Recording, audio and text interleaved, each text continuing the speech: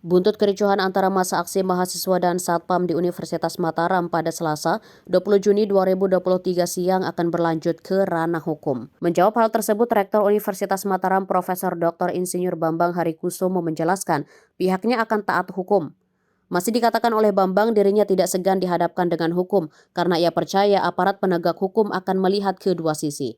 Ia juga menegaskan secara penuh menyerahkan persoalan ini pada APH. Diwartakan sebelumnya, kericuhan yang menyebabkan luka-luka pada kedua belah pihak tersebut mendorong Rektor Universitas Mataram Bambang Harikusumo buka suara. Awalnya, Bambang tidak mengetahui aksi baku hantam antar kedua belah pihak terjadi. Masih dikatakan oleh Bambang, ia menganggap aksi massa oleh mahasiswa UNRAM yang sempat ricuh tadi adalah aksi massa biasa dan tidak ada keributan.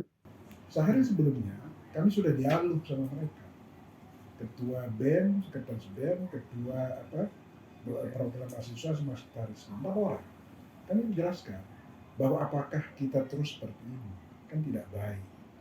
Kita sebagai keluarga besar, di satu sisi kami sedang memperbaiki prestasi-prestasi, memperbaiki image, memperbaiki kemudian kondisi kita, sarana prasarana dan sebagainya.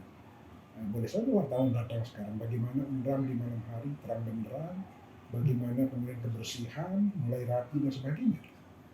Artinya, kemudian perpustakaan kita buka jam 10. Kami menyadari bahwa keamanan harus terus berjalan. Sekarang baru saya menjabat ini, sekarang patroli bergerak, patroli keamanan bergerak. Nah, artinya kita berusaha membuat kampus ini kondusif untuk tetap belajar.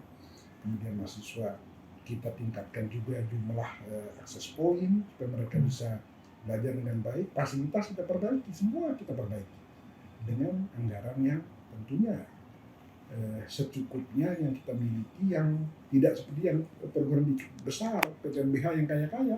Ya kita punya keterbatasan, tapi kita maksimalkan semuanya untuk itu. Jadi himbauan saya kepada anak-anak ini, mari supaya mereka ini menyadari sebagai keluarga besar, kita ini harus bisa berdialog ke dalam.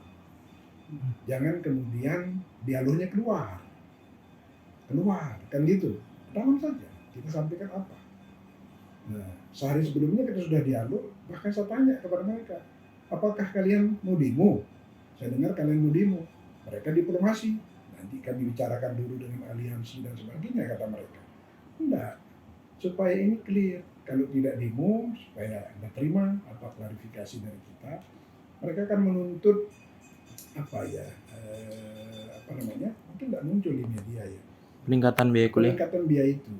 Itu sudah kami sampaikan. Itu adalah ada keluar PP nomor 22 tahun 2023. Itu PP yang menetapkan perguruan tinggi itu Satker untuk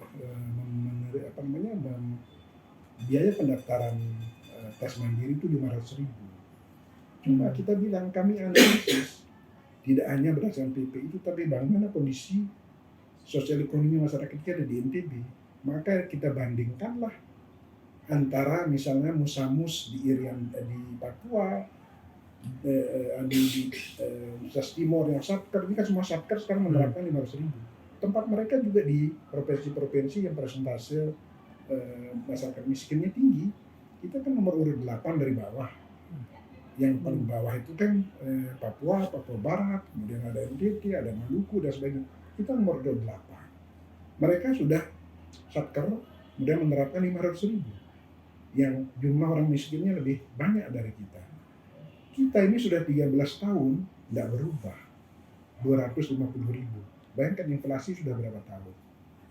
13 tahun, 250.000. Nah kemudian kita ini sekarang menggunakan sistem tes berbasis komputer.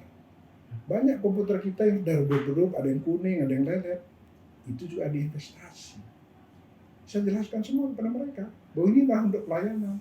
Kita sekarang ini ingin cepat tes, nggak bisa. Kita bisa tes sampai 2 minggu. Karena keterbatasan komputer, setiap hari tes. Panitianya kita beri, tentunya harus makan, terus semua kan biayanya besar sekali. Dengan panjang tes yang lama, fasilitas yang belum memadai. Nah inilah yang kemudian menyebabkan kita masa kita nggak mau berubah. Nah berubahnya itulah di situ. Kalau tidak ada PP itu keluar, kami juga mungkin nggak akan berubah-berubah. Tetap aja segitu. Tetapi fasilitas kita, pelayanan kita terhadap masyarakat jadi terbatas. Semata-mata itu sebenarnya. Itu sudah saya jelaskan kepada mereka.